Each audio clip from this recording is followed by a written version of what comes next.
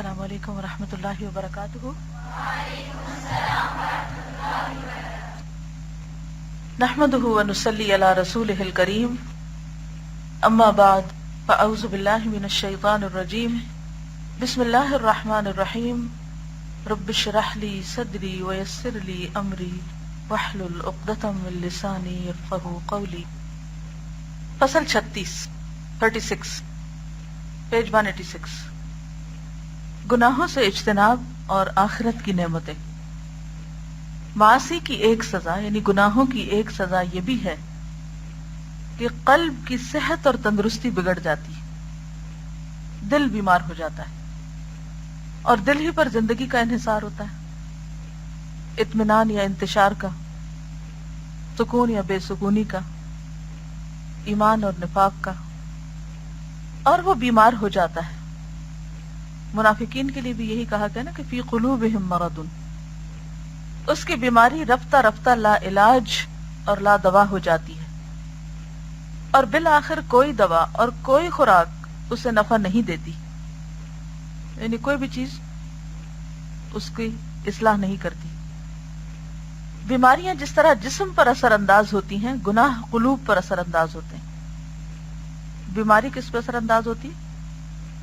جسم پر، جسم کو متاثر کرتی، مثلا فلو، سر درد، بخار، اس سے جسم متاثر ہوتا ہے۔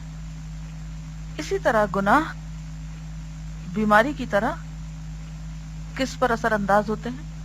دل پر، یعنی کوئی بھی گناہ دل کو متاثر کرتا ہے، جیسے بخار جسم کو متاثر کرتا ہے۔ گناہ قلوب پر اثر انداز ہوتے ہیں، بلکہ قلوب کے حق میں گناہ ایسی خطرناک بیماری ہے جس کی کوئی دوا ہی نہیں۔ اس کی دوا اور اس کا علاج صرف ایک ہی ہے کہ انسان گناہ کرنا چھوڑ دے۔ اگر کوشش کے باوجود بھی نہ چھوٹے تو کیا کریں؟ ہم سب کسی نہ کسی خرابی میں ضرور مبتلا ہوتے ہیں، ہم سب کی کوئی نہ کوئی ویکنس ضرور ہوتی ہے اور ہمیں پتہ ہوتا ہے، اور بعض اوقات خطرناک قسم کے گناہ کر رہے ہوتے ہیں لیکن اس کے باوجود احساس نہیں کرتے۔ اور یہ اور بھی بدتر ہے کہ انسان گناہ کرے اور اس کو احساس بھی نہ ہو کہ وہ گناہ کر رہا ہے، کیونکہ ہم فوراً تعویل کر لیتے ہیں، فوراً اپنا دفاع کر لیتے ہیں، کیونکہ ایسا ہوا اس لیے میرا یہ کرنا ضروری ہے یا تھا۔ یہ بھی منافقین کی صفات میں سے ایک صفت ہے کہ وہم لا یشعرون وما یشعرون، انہیں احساس ہی نہیں ہوتا کہ وہ غلط کر رہے ہیں اور ان کی غلطی ان کو کتنا نقصان دے رہی۔ تو جسم اگر بیمار ہو تو ہم بھی اور ہمارے آس پاس کے لوگ سبھی پریشان ہو جاتے ہیں کہ فلاں بیمار ہو گیا، اب کیا ہوگا؟ آپ اگر کسی اپنے عزیز پیارے کی بیماری کی خبر سنیں تو آپ کا حال کیا ہوتا ہے؟ سخت پریشانی ہوتی ہے۔ مثلا آپ سنیں کہ فلاں کو ہارٹ اٹیک ہو گیا تو آپ کی نیند حرام ہو جائے گی، لازماً آپ کی سلیپ ڈسٹرب ہوگی، سوتے اٹھتے جاگتے چلتے پھرتے بات چیت کرتے آپ کے دل پر اسی کا غبار رہے گا کہ اس کے ساتھ کیا ہو گیا۔ جو جتنا قریب ہوگا اس کا درد اتنا ہی محسوس کریں گے۔ تو جب کوئی بیمار جسمانی طور پر بیمار ہوتا ہے تو ہم سب دکھی ہوتے ہیں اس کا دکھ دیکھ کر، لیکن کس قدر افسوس کی بات ہے کہ جب دل بیمار ہوتا ہے، ہمارے ہی سامنے ہمارے پیارے گناہ کر رہے ہوتے ہیں اور ہمیں کوئی دکھ نہیں ہوتا، کوئی پریشانی نہیں ہوتی، اور خود بیمار ہونے والے کو بھی کوئی احساس نہیں ہوتا۔ تو یاد رکھیے کہ جتنے بھی گناہ ہیں وہ سب کے سب دل پر اثر انداز ہوتے ہیں، دل کو بیمار کرتے ہیں۔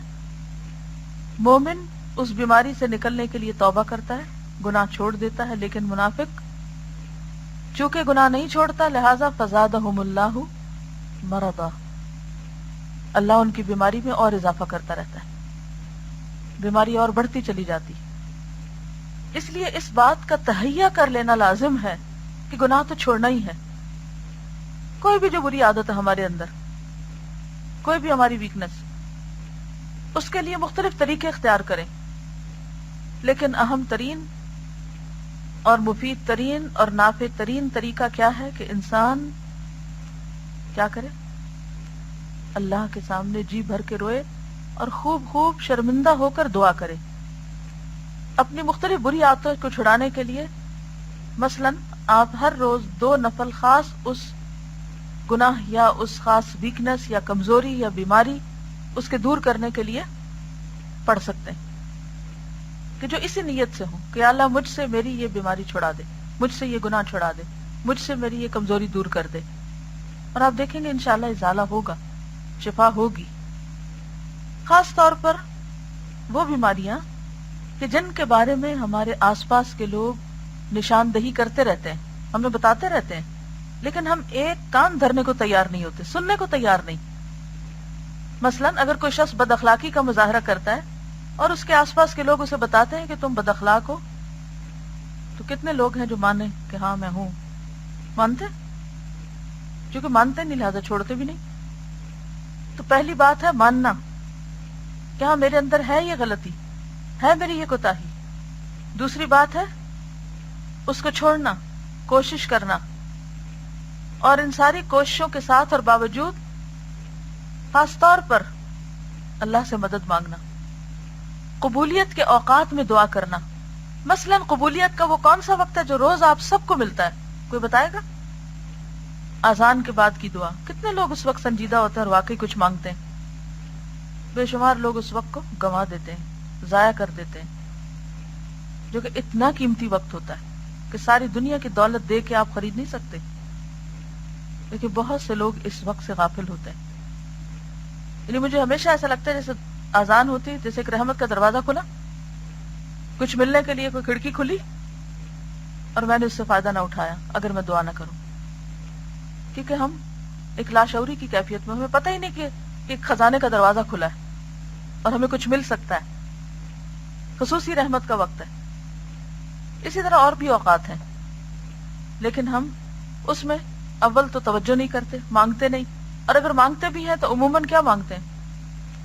کوئی وقتی مسئلے جو ہمیں بادر کر رہے ہو، کوئی پریشانی آ گئی ہو، کوئی دنیا کے فائدے کی چند چیزیں، اور بس اپنے لیے تو کم ہی مانگتے ہیں، اور خصوصاً اپنے گناہوں کو چھڑانے کے لیے اور اپنے گناہوں کی اصلاح کے لیے اور نیکی اور ایمان، تقوی اور اخلاق میں مزید ترقی اور اضافے کے لیے کم ہی مانگتے ہیں، کیونکہ شعور نہیں کہ ہم بیمار ہیں۔ یاد رکھیے ہر انسان کم یا زیادہ کسی نہ کسی بیماری میں ضرور مبتلا ہے۔ اگر خود کو نہیں پتہ چل رہا تو کسی اور سے پوچھ لیجئے۔ بعضوں کا جو کچھ ہم نہیں دیکھتے وہ دوسرے دیکھ رہے ہوتے ہیں، لیکن ہمارے ڈر کے مارے بتانے کی جرات بھی نہیں کرتے، کیونکہ انہیں اپنی عزت پیاری ہوتی۔ تو دل کی بیماری کا علاج، اس کی دوا صرف ایک ہے کہ انسان گناہ کرنا چھوڑ دے اور اللہ سے مدد مانگے اس کے لیے۔ ارباب سیر و سلوک کا اس پر اتفاق ہے کہ قلب اپنے مقصد میں صرف اسی وقت کامیاب ہوتا ہے۔ سیر کہتے ہیں چلنے کو، اور سلوک بھی سلک یسلک، فسلکی سبل ربک ذللا، چلنے کے لیے لاتا ہے۔ یعنی جو لوگ اللہ کے راستے پہ چلتے ہیں اور چلنے کی کوشش میں لگے رہتے ہیں اور جن کے اس معاملے میں خصوصی تجربات ہوتے ہیں، ان کا اتفاق ہے اس بات پر کہ قلب یعنی دل اپنے مقصد میں صرف اسی وقت کامیاب ہوتا ہے جب وہ اپنے مولا کو پا جائے، اپنے رب کو پا جائے اور اسے تقرب حاصل ہو جائے۔ اس سے کم پہ دل کسی چیز پہ راضی نہیں ہوتا اور کوئی چیز اس کو صحت مند نہیں کر سکتی۔ یہ تقرب اسی وقت حاصل ہوتا ہے جب قلب صحیح و سالم ہو۔ قلب اسی وقت صحیح و سالم ہوتا ہے جب بیماری دور ہو جائے۔ بیماری دور ہوگی تو صحت یقینی ہے، اور یہ تب ممکن ہے جب نفسانی خواہشوں کی پیروی چھوڑ دی جائے۔ کب ممکن ہے؟ جب نفسانی خواہشات کی پیروی چھوڑ دی جائے، ان چیزوں کو چھوڑ دیا جائے جن کے لیے ہمارا نفس واویلا کرتا رہتا ہے، جن کی طلب میں ہمارا نفس لگا رہتا ہے، کیونکہ قلب کی بیماری یہی خواہشات ہیں۔ خواہشات کی خلاف ورزی قلب کی اصل شفا اور تندرستی ہے۔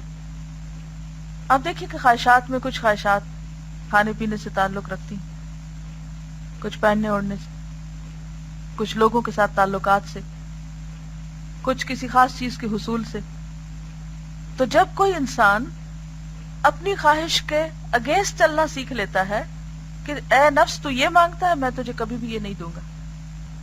کچھ لوگوں کو غیبت کرنے کا بڑا شوق ہوتا ہے کہ ہر وقت منفی ذہن سے دوسروں کی برائیاں چنیں اور پھر انہیں ڈسکس کریں۔ یہ بھی ایک خواہش ہوتی ہے، ایک کریو ہوتا ہے. کچھ لوگ جیسے بھوک لگتی ہے نا تو کچھ کھانا چاہتے ہیں ہم، تو کچھ لوگ مردہ کھانا چاہتے ہیں اس کو. کچھ لوگوں کو اس چیز کا کریو ہوتا ہے، ان کا دل بھرتا ہی نہیں دن میں جب تک وہ کچھ مردے کھا نہ لیں. کہ غیبت کیا ہے؟ مردہ بھائی کا گوشت کھانا. تو ان کو چین ہی نہیں آتا جب تک وہ یہ نہ کھائے. ایسا ہوتا ہے نا، کریو ہوتا ہے نا، جیسے کہ آپ سب کچھ پیٹ بھرا ہوا بھی پھر ابھی ایسا لگتا ہے جیسے بھوک لگی ہوئی ہے. تو کچھ لوگوں کو سویٹ کھانے کا ہوتا ہے، جب تک کوئی میٹھا نہ کھا لے انہیں لگتا ہے انہیں کھانا نہیں کھایا. تو اسی طرح کچھ لوگوں کا دن گزرتا ہی نہیں جب تک کہ وہ کچھ لوگوں کی برائی نہ کر چکے، کہ کسی نہ کسی کا عیب نہ اچھال چکے، لیکن انہیں شعور بھی نہیں ہوتا کہ وہ کیا کر رہے ہیں. تو بات یہ ہے کہ ہر بندے کی خواہش مختلف ہے، اور انہی خواہشات کی وجہ سے دل بیمار ہوتا ہے.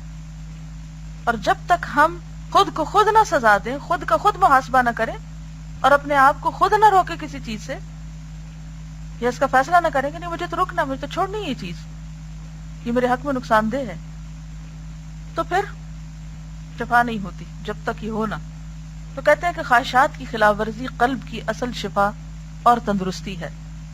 لیکن اگر مرض مزمن ہو گیا، یعنی زمانہ گزر گیا، اس پہ کرونک ہو گیا، تو پھر مریض موت کا لقمہ بن جائے گا یا قریب الموت ہو کر رہ جائے گا. خواہشات سے کنارہ کشی کرنے والے کے لیے تو مرنے کے بعد جنت ہی کا ٹھکانہ ہے، لیکن اس کے قالب کو دنیا ہی میں جنت حاصل ہو جاتی ہے.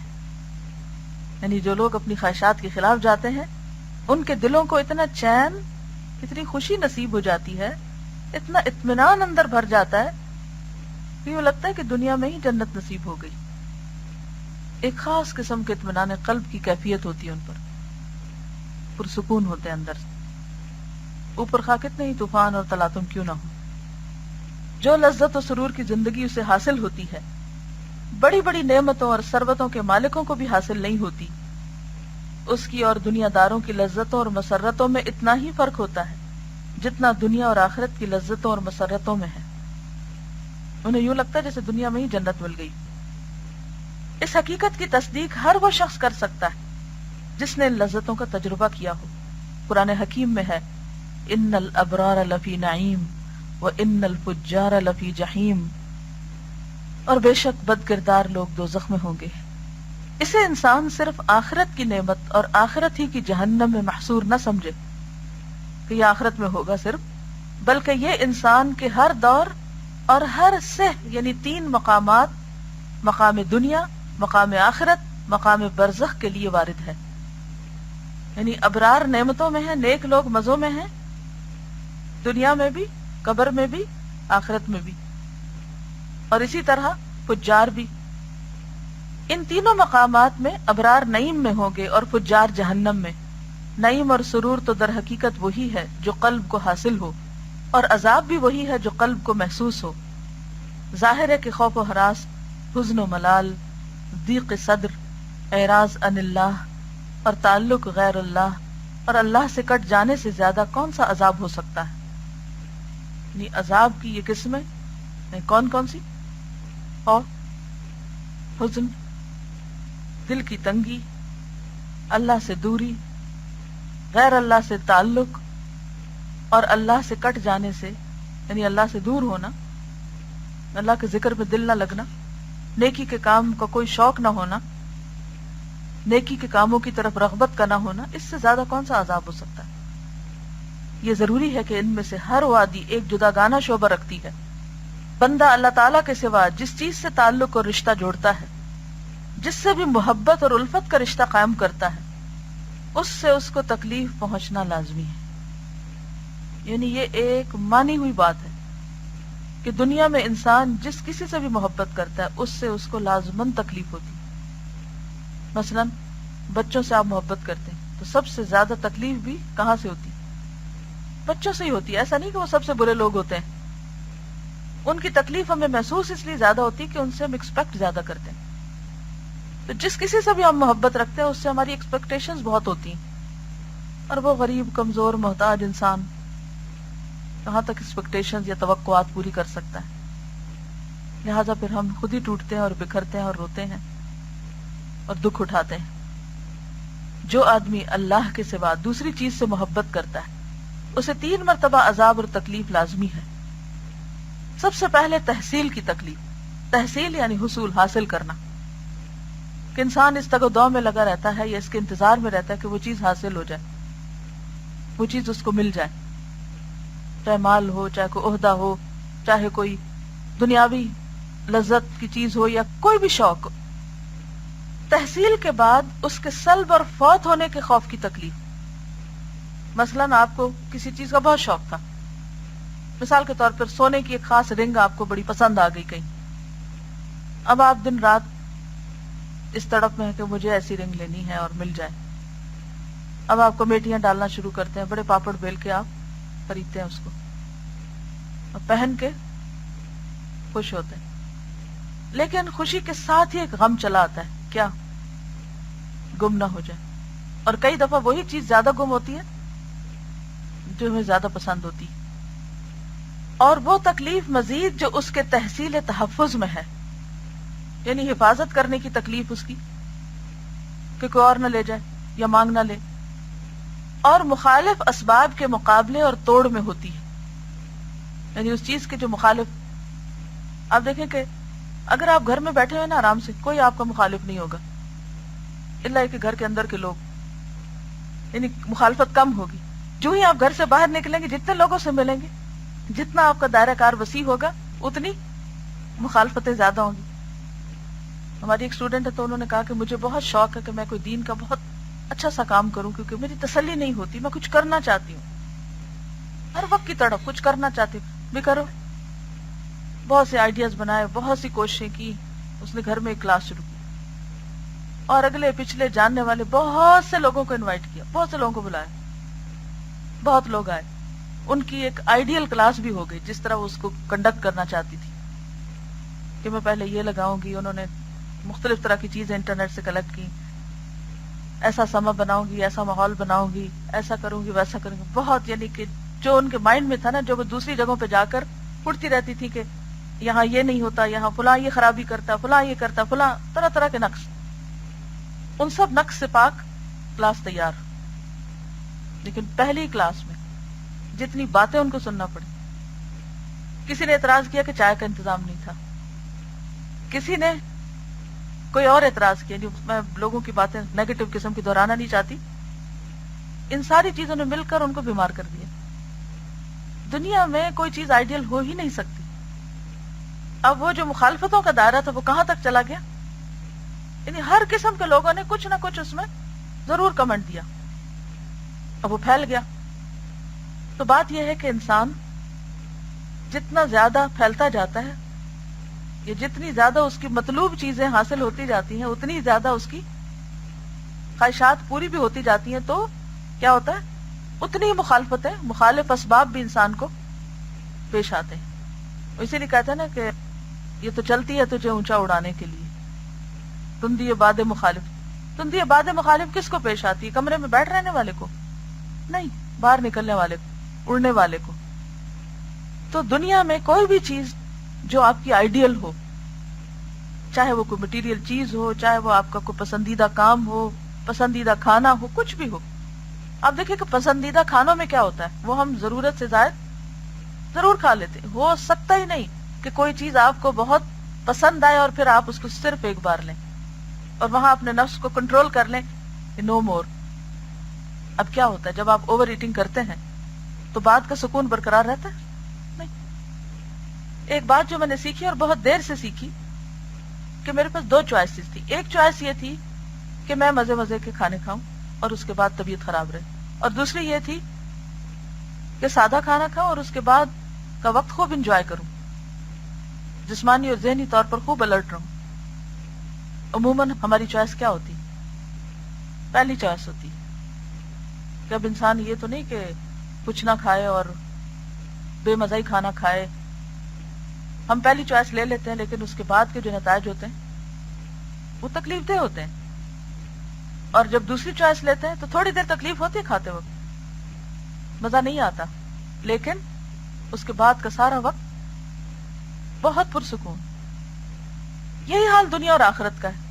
ہم دنیا میں مزے کر لینا چاہتے ہیں، ہر پسندیدہ چیز کو حاصل کر لینا چاہتے ہیں کسی بھی قیمت پر، اور پھر آخرت کی جنت ہی خواہ داؤ پہ کیوں نہ لگانی پڑے. اور اس کے برعکس اگر ہماری دنیا کی چوائس جو ہے وہ معمولی ہو اور اس میں ہم ضرورت کے ساتھ گزارا کر لیں اور صرف حلال طریقے اختیار کریں اور باقی لذتوں اور راحتوں کو آخرت کے لیے چھوڑ دیں تو وہ دیر پا ہے ہمیشہ ہمیشہ کے لیے. اب دیکھیے کہ دو جنتیں ہیں نا، ایک دنیا کی اور ایک آخرت کی. دنیا کی جنت کو پانے کے لیے لوگ دن رات ایک کیے ہوئے انتھک محنت کرتے ہیں، لیکن آخرت کی جنت اس کے چاہنے والے سوئے رہتے ہیں. اس کے چاہنے والے اس طرح پریشان نہیں ہوتے، نہ اس طرح محنت کرتے. امیجن کریں نا کہ کچھ لوگوں کی آئیڈیل دنیا کی جنت ہوتی، اس کے لیے ہر ذریعہ اور طریقہ اختیار کرتے ہیں، لیکن جب آخرت کی بات آتی ہے تو ہم محنت چھوڑ دیتے ہیں، صرف تمناؤں، امیدوں، وشفل تھنکنگ سے ہی کام لیتے ہیں. فرق تو پھر ہوگا نا. صحابہ کرام اور ہم میں فرق کیا ہے؟ وہ آخرت کے لیے جیتے تھے، ہم دنیا کے لیے جیتے ہیں. ان کی کوششیں کسی اور ڈائریکشن پہ تھی، ہماری کسی اور ڈائریکشن پہ. ہم یہی سب کچھ لے لینا چاہتے ہیں. تو بہرحال یہ کہتے ہیں کہ جو آدمی اللہ کے سوا دوسری چیز سے محبت کرتا ہے اسے 3 مرتبہ عذاب اور تکلیف لازمی ہے. سب سے پہلے تحصیل کی تکلیف، تحصیل کے بعد اس کے سلب اور فوت ہونے کے خوف کی تکلیف، اور تکلیف مزید جو اس کے تحصیل تحفظ میں ہے اور مخالف اسباب کے مقابلے اور توڑ میں ہوتی ہے، اور طرح طرح کی مشقتوں کا بار اٹھانا پڑتا ہے. تیسری مرتبہ وہ عذاب ہے جب اللہ تعالیٰ اس چیز کو اس سے سلب کر لیتا ہے، یعنی موت کے وقت وہ چیز اس سے جدا ہو جاتی ہے. یہ 3 قسم کا عذاب تو اسے دنیا ہی میں ملتا ہے. عالم برزخ میں بھی 3 ہی قسم کا عذاب اور تکلیف ہوتی ہے. عالم فراق، جدائی کا رنج و غم، کہ اب دوبارہ اسے وہ چیز نہیں مل سکتی. موت ہر لذت کو چھین لیتی. موت ہاضم اللذات، ہاضم اللذات، ہر لذت کی توڑنے والی. اس وقت جو کچھ آپ کے گھر پہ پڑا ہوا ہے، چاہے اس کی ویلیو ملینز ہی کیوں نہ ہو، اگر اس وقت آپ چاہیں کہ اس میں سے کوئی چیز اٹھا لیں، اٹھا سکتے ہیں؟ نہیں، کیونکہ آپ کنفائنڈ ہیں اس وقت یہاں اس کلاس میں، پیچھے آپ ہاتھ نہیں بڑھا سکتے. لیکن پھر بھی چوائس ہے کہ جا سکتے ہیں، جا کے کسی وقت اٹھا سکتے ہیں، لے سکتے ہیں اپنی پسندیدہ چیز. لیکن قبر میں ایسا نہیں ہو سکے گا. زمین کے اندر جانے کے بعد زمین کے اوپر کی، گھر کی، آپ کے بینک کی، آپ کی جائیدادوں کی، آپ کی پسندیدہ ترین چیزوں کی، میموریز کی، کوئی چیز آپ واپس نہیں لے سکتے. یہ فراق لازم ہے، یہ جدائی لازم ہے، اور یہ تکلیف دہ ہے. پھر فوت نعم عظیم، فوت میں نے فوت ہونا، نعیم نعمت، عظیم بڑی، یعنی مسرت عظیمہ کے فوت کا الم و رنج، یعنی خوشیوں کا فوت ہو جانا. اور تکلیف کے دنیا میں وہ ایسے کام کرتا رہا جو اس نعیم عظیم کے سراسر خلاف تھے. یعنی اسے دکھ یہ ہوگا کہ دنیا میں اس نے وہ کام کیوں نہ کیے کہ جس کی وجہ سے قبر راحتوں یا نعیم کی جگہ ہوتی، اور جس نعمت اور سرور کے لیے اس نے خلاف ورزی کی تھی اب وہ بھی فوت ہو گئی. دوسرا علم حجاب، علم کیا کہتے ہیں؟ دکھ، درد کو. حجاب پردہ. اور علم حسرت، کہ اس کے اور اللہ تعالی کے درمیان ایک زبردست حجاب حائل ہو جاتا ہے. یہ بہت بڑے دکھ اور تکلیف کی بات ہے کہ ایسے لوگ اللہ کا دیدار نہ کر سکیں گے جو اللہ کو ناراض کرنے والے. اللہ تعالیٰ ان کو دیکھنا بھی نہ چاہے گا اور وہ اللہ کو دیکھ نہ سکیں گے. ذرا تصور میں لائیے یہ بات. اور ایسا حجاب جس کے تصور سے بھی دل کے ٹکڑے ہو جاتے ہیں، یعنی انسان کے لیے قابل برداشت ہی نہیں. لیکن ظاہر ہے اس انسان کے لیے جس کے دل میں کچھ نہ کچھ اللہ کی محبت ہو. یہ غم اور ہم، حسرت و حزن، رنج و علم ان لوگوں کے اندر وہ کام کرتے ہیں جو جسم انسانی کے اندر جراثیم اور کیڑے کیا کرتے ہیں. جسم کے جراثیم کے کام کا خاتمہ بھی ہو جاتا ہے، لیکن ان ہموم و غموم کا کام تو ہمیشہ کے لیے جاری رہتا ہے تاکہ قیامت کے دن اللہ تعالیٰ انہیں دوبارہ زندہ کرے گا. تیسرا عالم عذاب قیامت کے دن کا عذاب ہے. پہلا کیا ہے؟ عالم فراق، دوسرا حجاب، تیسرا عذاب. جب لوگ دوبارہ زندہ کیے جائیں گے اس دن کا عذاب اللہ کی پناہ بڑا ہی سخت، بڑا ہی خطرناک اور بڑا ہی دردناک ہوگا. بھلا کہاں یہ عذاب اور کہاں وہ نعمتیں اور مسرتیں، پروردگار عالم سے انس اور اس سے محبت، اس کے دیدار کا اشتیاق، اس کے ذکر کی حلاوتیں اور لذتیں، اور ان تمام برکتوں کو سامنے رکھ کر قلوب کی مسرتیں۔ اور یہ خوشیاں اور مسرتیں کیسی اور کس قسم کی ہوتی ہیں، اس کا اندازہ اس سے ہو سکتا ہے کہ حالت نزع میں بعض مخصوص بندوں کی زبان سے مارے خوشی کے یہ نکل جاتا ہے وَطَرَبَا، رب کی ملاقات کس قدر مسرت آگی۔ بعض مرنے والے کے چہروں پر اسمائل ہوتی، خوش ہو جاتے ہیں اس وقت اس ملنے والی نعمت اور راحت سے جو ان کے سامنے آتی۔ اور بعض اللہ والوں کی زبان سے نزع کے وقت یہ کلمات نکل گئے کہ جو حالت اور کیفیت اس وقت ہے اگر اہل جنت کو میسر آ جائے تو ان کی عیش اور زندگی خوشگوار تر ہو جائے۔ بعض کی زبان سے یہ نکل گیا یہ مساکین اہل دنیا، دنیا چھوڑ کر چلتے بنے، لیکن افسوس انہوں نے زندگی کی لذتیں نہیں چکھی، افسوس میں ان لذتوں سے محروم گئے جو ان کی لذتوں سے کہیں زیادہ قیمتی اور بہتر تھی۔ اللہ کے بعض بندے اس حالت میں یہ کہتے نظر آئے کہ ہمیں جو چیز میسر ہے اگر بادشاہوں اور بادشاہ زادوں کو معلوم ہو جائے تو ہماری گردنیں اڑا دیں، تیر و تلوار لے کر ہم سے لڑنے آ جائیں وہ نعمتیں چھیننے کے لیے جو ہمارے دلوں کے اندر ہے، سکون جیسی دولت۔ بعض یہ کہہ اٹھے دنیا میں بھی ایک جنت ہے اور جو شخص اس جنت میں داخل نہیں ہوا وہ آخرت کی جنت میں کبھی داخل نہیں ہوگا۔ وہ کہاں ہے دنیا کی جنت، وہ کہاں ایگزسٹ کرتی ہے؟ دل کے اندر۔ ایسا دل جو رنج و غم کے باوجود ایک خاص سکون اور خوشی میں ہوتا ہے، اطمینان میں ہوتا ہے، بڑی سے بڑی بات پر اندر سے مطمئن ہوتا ہے، کسی چیز کے کھونے پر، کسی چیز کے جانے پر، کسی نقصان پر وہ مضطرب نہیں ہوتا، وہ ٹھہرا رہتا ہے۔ اپنے دلوں کو ٹٹولیے، کیا یہ جنت پائی ہے؟ اگر نہیں تو کیوں نہیں؟ کیونکہ دنیا کی محبت میں گرفتار ہے، اصل کو چھوڑ کر نقل سے محبت کر رہے ہیں، اعلیٰ کو چھوڑ کر ادنا کی طرف بھاگ رہے ہیں، بہترین کو چھوڑ کر کم پہ راضی ہو گئے۔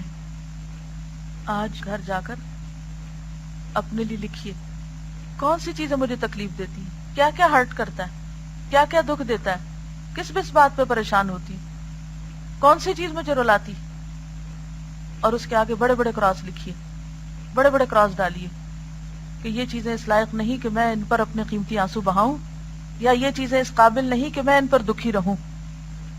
مجھے اپنے آپ کو ان سب بندھنوں سے اور غلامیوں سے آزاد کرنا ہے اور بہتر کی طرف جانا ہے، بہتر کی کوشش کرنی۔ اے وہ انسان کہ جس نے ایک قیمتی چیز کو کھوٹے سکوں کے عوض فروخت کر ڈالا، افسوس تو نے بڑے سے بڑا خسارہ اٹھایا، اور اس سے زیادہ افسوس یہ کہ تو اس خسارے کو سمجھ بھی نہ سکا۔ افسوس اگر تو اس متاع گراں بہا کی قیمت نہیں جانتا تھا تو تو نے ان لوگوں سے کیوں نہ پوچھ لیا جو اسے خوب جانتے پہچانتے اور سمجھتے تھے۔ یا للعجب، تیرے پاس جو متاع اور سامان تھا اس کا خریدار خود اللہ تعالیٰ تھا۔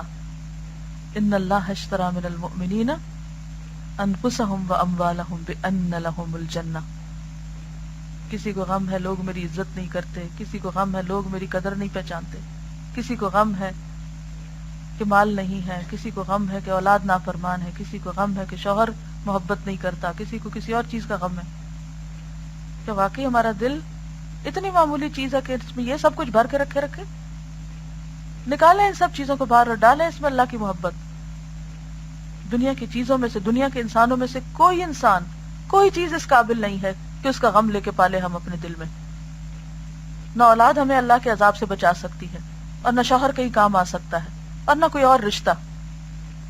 ہم انسانوں کے غم میں کیوں روئیں؟ دنیا کی حقیر چیزوں کے غم میں کیوں روئیں؟ ان کے جانے ٹوٹنے اور چھننے پر۔ چند سکوں کی چیز، جب کوئی چیز ٹوٹ جائے نا، یا کوئی پیاری سے پیاری چیز یا کوئی قیمتی سے قیمتی چیز ختم ہو جائے کسی بھی وجہ سے، بعض اوقات کبھی چوری ہو جاتی، کبھی چھن جاتی، کبھی ٹوٹ جاتی، تو ہمیشہ سوچا کرے کیا ان چند سکوں کی خاطر میں اپنا آپ کھپاؤں اور گواؤں؟ اسی وقت چھوڑیں، بلائیں اس کو اور اپنے کام میں لگ جائیں۔ میں ایک سفر نامہ پڑھ رہی تھی کسی کا، تو انہوں نے لکھا ہوا تھا اس میں اپنے مختلف تجربات، اور اس میں ایک تجربہ یہ لکھا ہوا تھا کہ وہ کہیں پر گئے تو وہاں انہوں نے اپنے بارے میں ایک رسالہ دیکھا جس میں ان کے خلاف بہت کچھ لکھا ہوا تھا۔ تو کہتے ہیں کہ دیکھ کر مجھے سخت قسم کا رنج پہنچا اور میں نے سوچا کہ میں خوب ان کی خبر لیتا ہوں اور خوب لکھتا ہوں ان کو جواب. جنہوں نے میرے بارے میں یہ سب لکھا ہے میں ذرا ان کی خبر لیتا ہوں. کہتے کاغذ قلم اٹھایا اور لکھنے لگا تو اللہ نے دل میں خیال ڈالا کہ تم اپنی انرجی اس کام پہ لگاؤ گے. اٹھو اور اپنی فلاں کتاب مکمل کرو جو کافی عرصے سے اس انتظار میں ہے کہ وہ لوگوں تک پہنچے.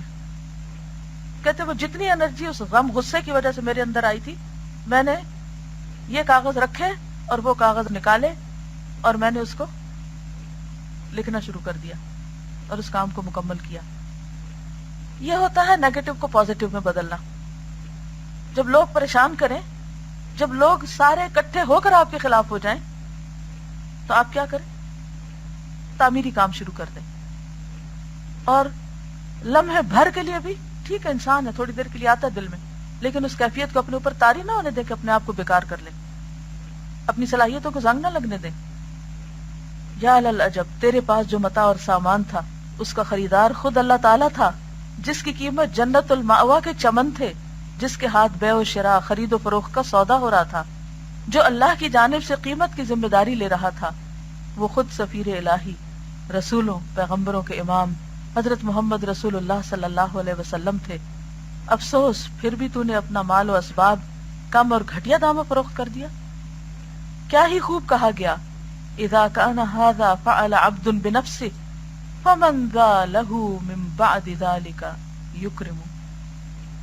جب بندہ خود اپنی جان کے ساتھ یہ سلوک کر رہا ہے تو پھر کون ہے جو ایسا کرنے کے بعد اس کی تکریم کرے گا. کس قدر خوبصورت بات ہے. اگر آپ نے اپنی ویلیو خود نہیں پہچانی، اپنی عزت خود نہیں کی اور انسانوں کے غم میں روتے رہے اور چیزوں کے جانے کے غم میں روتے رہے، کوئی اور آپ کی عزت نہیں کرے گا، کوئی آپ کی ویلیو نہیں پہچانے گا. آپ کی ویلیو اور آپ کی قیمت کس چیز میں ہے کہ آپ کو اللہ نے جو کچھ دیا ہے، جو صلاحیتیں دی ہیں، ان کو بہترین اعلیٰ ترین مقاصد میں استعمال کر دیں اور مخالفتوں کے باوجود اس کام کو سلیکٹ کریں جو آپ کی آخرت میں سب سے زیادہ نفع مند ہونے والا ہے. چاہے لوگ اس کی قطن پرواہ نہ کریں، قطن قدر نہ کریں، لیکن آپ کو پتا ہوتا ہے آپ کے اندر اللہ نے کیا صلاحیت رکھی ہے اور آپ کس کے قابل ہیں. آپ کے یہ سکے کہاں زیادہ پروفٹ لا سکتے ہیں، اور لوگوں کی باتوں کی قطعاً کوئی پرواہ نہ کیجیے. ان سارے طوفانوں کے بیچ میں پرسکون رہ کے کام کرنا سیکھیے، ورنہ آپ کبھی بھی کچھ نہ کر سکیں گے. تو ایسے تمام لوگ جو چھوٹی چھوٹی باتوں پہ غم کھاتے رہتے ہیں، گھلتے رہتے ہیں، گھن لگا لیتے ہیں، اپنے آپ کو آئسولیٹ کر لیتے ہیں، زندگی کی ساری نعمتوں اور رحمتوں اور لذتوں سے محرومی اختیار کر لیتے ہیں، وہ دراصل اپنے آپ کو شدید نقصان پہنچا رہے ہیں. وَمَن يُهِنِ اللَّهُ فَمَا لَهُ مِن مُكْرِمٍ إِنَّ اللَّهَ يَفْعَلُ مَا يَشَاءُ. سورۃ الحج آیت 18. لوگوں کے رویے، حالات کا ناموافق ہونا بھی اللہ کے اذن سے ہوتا ہے. ان اللہ یفعل ما یشاء، اللہ جو چاہتا ہے کرتا ہے. لہذا کچھ بھی جو ہماری زندگی میں ہمیں بادر کر رہا ہے وہ اللہ کے اذن سے ہے، اسے ایکسپٹ کیجئے، لیکن اس پر اپنے آپ کو قربان نہ کیجئے. اپنے آپ کو قربان کیجئے اعلیٰ مقاصد کے لیے. مجھے اللہ نے یہ سب کچھ گنوانے کے لیے نہیں دیا کہ میں چھوٹی چھوٹی حقیر چیزوں کے غم میں روتی رہوں. مجھے اللہ نے یہ سب کچھ دیا ہے کچھ کرنے کے لیے، اور مجھے وہ کرنا ہے. جب آپ انشاءاللہ ارادہ کر لیں گے اور اللہ سے مدد مانگیں گے تو پھر کوئی آپ کو ہرا نہیں سکتا، نہ کوئی حاسد نہ کوئی دشمن. اپنی قدر خود پہچانیں، اپنے آپ کو ویلیو کریں، اور جسے اللہ ذلیل کرے اسے کوئی عزت دینے والا نہیں. اللہ جو چاہتا ہے سو کرتا ہے. وآخر دعوانا ان الحمد للہ رب العالمین. سبحانک اللہم و بحمدک نشہد ان لا الہ الا انت نستغفرک و نتوب الیک. السلام علیکم ورحمۃ اللہ وبرکاتہ.